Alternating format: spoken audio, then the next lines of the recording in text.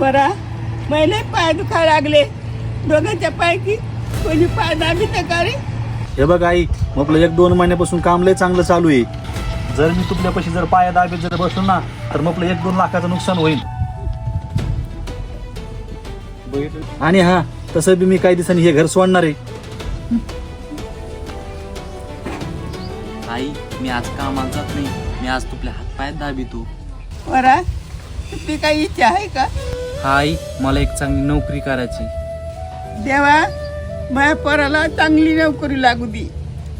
पण आई नोकरीला लय पैसे लागते ग. आई जाऊ दे, तू झोप आता.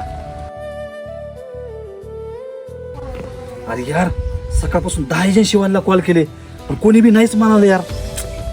आई मला एक चांगल्यापैकी नोकरी लागली आणि मी पुढ्या महिन्यापासून जाणार आहे. कसं झालं पण हे? तू तर रोजानी काम करतो आणि तुला नोकरी कसं काय लागली? भैया मी काही दिवसापूर्वी आईचे पाय दाबले होते आणि आईनं मला त्यावेळेस आशीर्वाद द्यालता. देवानं माझी इच्छा पूर्ण केली आणि आईच्या आशीर्वादामुळे मला नोकरी लागली. भैया एक गोष्ट लक्षात असू दे, आईची कवा पण इज्जत करायची आणि ह्या आईच्या आशीर्वादामध्ये लय ताकद असते.